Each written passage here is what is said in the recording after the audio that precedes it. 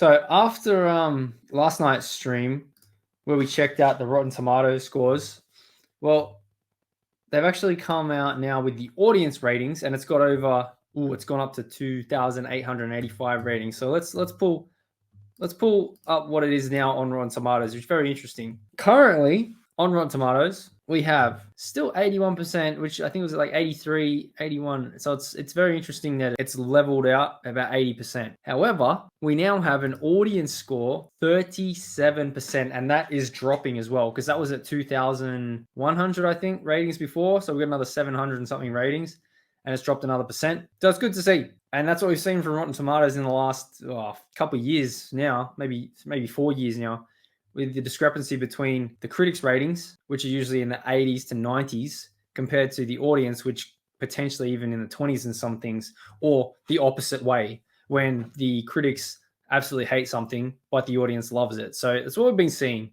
for years now. So it's standard for Rotten Tomatoes. I think there's still something going on with the all critics because you can only see, 5 of them? That's weird. You can still only see 5 of them. You can't find Grace's review. You can't find us.com like I had yesterday's review.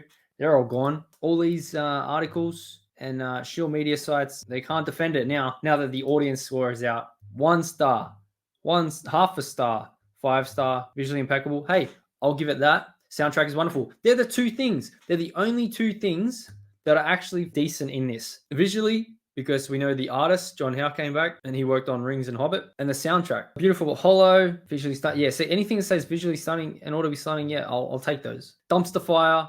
Tolkien readers divided over Amazon's Lord of the Rings series. Certified Tolkien nerd, based on episode 1 at least, I'm here to tell you that Rings of Power is legit. You've got to be in such denial to call yourself a certified Tolkien nerd and say you're relieved and happy about this show. Or you're a Peter Jackson fan that's never actually read the books. Others argue the show felt goofy, featured terrible dialogue. Yep, some suggesting that Tolkien himself would be ashamed of the series. 3 out of 10, 1 out of 10, bored of the rings, lol. Why can't they get Tolkien right? 2 stars for the scenery, that's about it. That's what I said. 10 out of 10.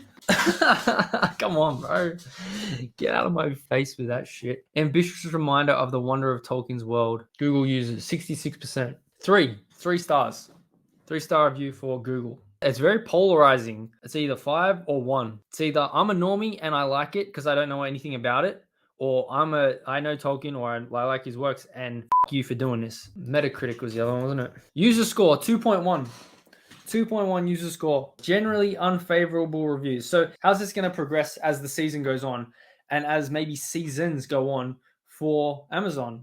Like if they keep getting 2s and 3s overall, and you take away the shields, the 7s and the 8s and the 10s, where's this going to leave Amazon? Are they going to keep going through the series every single season and be like 2, 2, 3, 2? What are they going to do if they keep getting terrible reviews? Will they keep extending it series after series and throwing hundreds of millions of dollars into it? 289 negative. Not one negative review from registered critics on the Metacritic scores. However, user scores 289. Rotten Tomatoes is hiding negative critic reviews and deletes negative audience reviews. I think you watched my video.